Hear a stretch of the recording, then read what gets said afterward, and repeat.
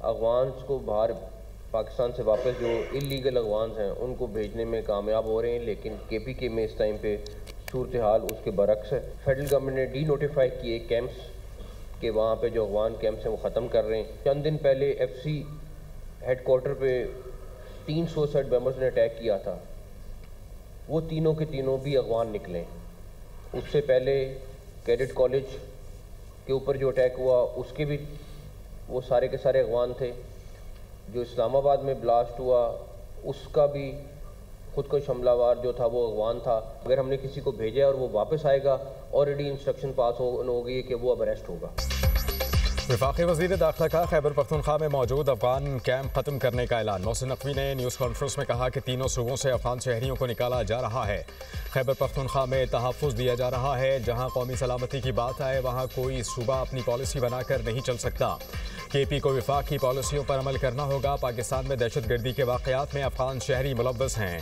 हम मज़ीद बम धमाकों के मुतहम्मिल नहीं हो सकते। गैर कानूनी मुक़ीम अफगान इज़्ज़त के साथ खुद वापस चले जाएँ। किसी को वापस भेजा गया और वो वापस आया तो गिरफ्तार करेंगे।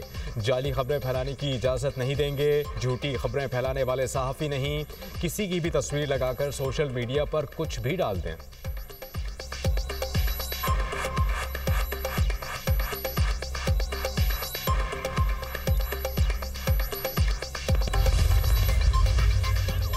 पाकिस्तान में अफगान शहरियों का दहशतगर्दी फैलाने का मुनज़्ज़म नेटवर्क बेनकाब। तलागंज से अफगान शहरी की गिरफ्तारी और एतराफ़ी बयान से हक़ाइक़ सामने आ गए। गिरफ्तार दहशतगर्द ने कहा कि 10 साल पहले फैमिली समेत अफगानिस्तान से लकी मरबत आए। उसी साल तालिबान कमांडर अरमानी के साथ मुलाकात हुई। तालिबान कमांडर अरमानी ने जिहाद की तरफ दावत दी और मैं उसमें शामिल हो गया। पहली मरतबा तंजीम में 20 दिन गुजारे और कमांडर अरमानी ने मुझे फ़िदाई का हमला करने का कहा। मुनासिब मौका ना मिलने पर हम फौजी क़लअ पर फ़िदाई हमला नहीं कर सके। कमांडर ने नए लोग तलाश करने का कहा कि और मैंने 5 बंदे कमांडर के हवाले किए। फ़ी बंदा 10,000 रुपये वसूल किए। पंजाब में कुछ दिन गुजरने के बाद मुझे पुलिस ने गिरफ्तार कर दिया। गिरफ्तार दहशतगर्द की एतराफ़ी वीडियो पाकिस्तान में दहशतगर्दी के अफगान सरजमीन के इस्तेमाल का वाज़ेह सबूत।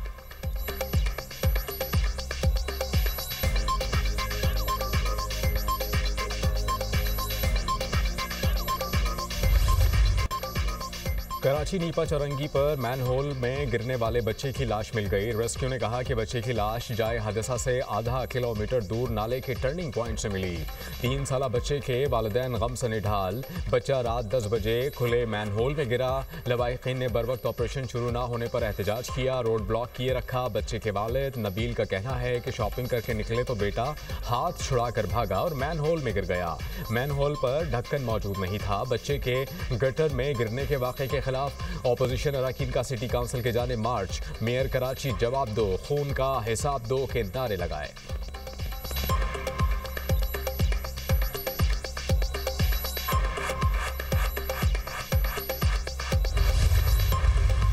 सोशल मीडिया पे उनके वालिद साहब का एक स्टेटमेंट सुना कि जब हमने रात को मशीनरी मांगी तो इदारों ने मदद नहीं की और हमें अपनी मदद आप पर ये चीज़ करनी पड़ी और इदारों ने मना कर दिया। इस हवाले से मैंने MD वाटर बोर्ड को कह दिया है कि तहकीकात करें कि मैं अभी इसकी CCTV फुटेज निकलवा रहा हूँ ताकि मैं चेक कर सकूँ कि ये एक्चुअली मुअम्मा हुआ क्या, क्योंकि मेरी इतने बड़े स्टोर के सामने ये ढक्कन खुला हुआ हो वीकेंड पे जब लोगों का रश होता है, लोग अपनी शॉपिंग करने के लिए आते हैं, ये थोड़ा सा मेरे लिए एक्सेप्ट करना थोड़ा सा मुश्किल है। डिपार्टमेंटल स्टोर के सामने मैन होल के खुले होने की तहकीकात जारी। ये एक नाला है, जिस जगह बच्चा गिरा वहाँ मैन होल बना हुआ था। मेयर कराची मुर्तज़ा वहाब ने कहा कि वाक़े पर कुछ लोग सियासत कर रहे हैं, वाक़े की CCTV फुटेज निकलवा रहे हैं। किसी ने मशीनरी से मना किया हुआ तो वे कानून कार्रवाई करेगा। MD वाटर कॉरपोरेशन को तहकीकात का हुक्म दिया। पिछले 1 साल में 88,000 मैन होल कवर लगाए गए। मुतासरा ख़ानदान के साथ हैं, इज़हार ताज़ियत करते हैं।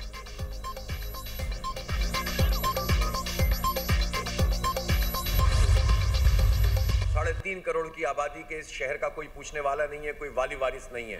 अगर गटर में गिरकर कोई बच्चा इस वक्त भी इस शहर में हलाक हुआ है तो ये पहला तो नहीं है वाकया, कितने दर्जनों वाकयात इस तरह के हो चुके हैं। सिंध हुकूमत तो कब्जों के अलावा कर क्या रही है? ये सिंध गवर्नमेंट करप्शन का इतना बड़ा कारोबार बन चुका है। सिंध गवर्नमेंट में BRT के नाम पर कराची के लोगों की तजलील की जा रही है।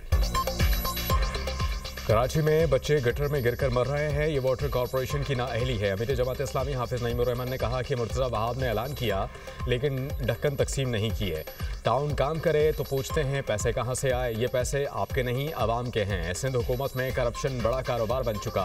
अब तक सिंध हुकूमत ने कराची के 3,360 अरब रुपए खा लिए। बनी बनाई सड़क को BRT के नाम पर खोद दिया गया। BRT बन भी गई तो यूनिवर्सिटी रोड का मसला हल नहीं होगा। सिंध हुकूमत कब्जों के अलावा क्या कर रही है?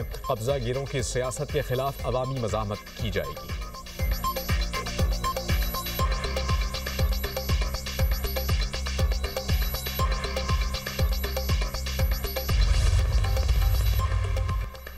मकामी हुकूमतों को इख्तियार ना दिया गया तो रियासत कमज़ोर होगी। विफाक और सूबे जैसी अहमियत मकामी हुकूमत की भी है। स्पीकर पंजाब असम्बली मलिक अहमद खान कहते हैं कि पंजाब असम्बली में तमाम जमातों की नुमाइंदगी है, किसी भी मेंबर ने मकामी हुकूमत की मुखालफत नहीं की। 25 करोड़ लोगों को मौजूदा इंतज़ामिया से नहीं चलाया जा सकता।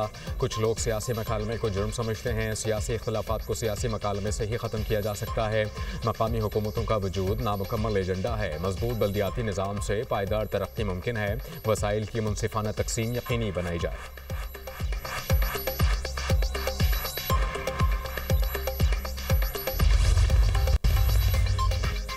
वज़ीर आज़म वतन वापसी के लिए लंदन में अपनी रिहाइशगाह से रवाना। शहबाज शरीफ जुमेरात को बरतानिया के मुख्तसर दौरे पर लंदन पहुंचे थे। वज़ीर आज़म ने लंदन में क़याम के दौरान मेडिकल चेकअप कराया। मुख्तलिफ वफूद से मुलाकातें भी की।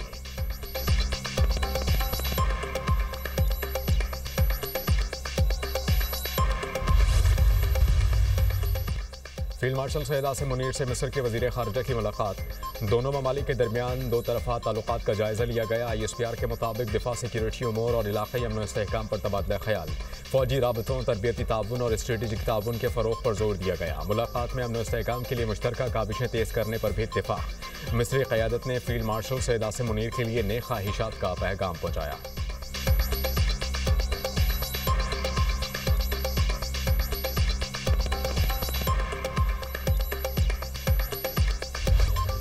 वज़ारत दाखिला ने यूनान कश्ती हादसे में सज़ा के खिलाफ अपीलें मुस्तरद कर दी।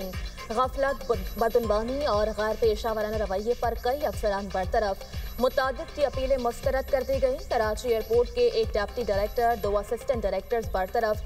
फैसलाबाद एयरपोर्ट के एक असिस्टेंट डायरेक्टर को भी बरतरफ किया गया। मुल्तान एयरपोर्ट पर तैनात डिप्टी डायरेक्टर को इंसानी स्मगलर से मुबैना रवाबित पर 3 साल के लिए ओहदे और तनख्वाह में तनज़्ज़ुली की सजा।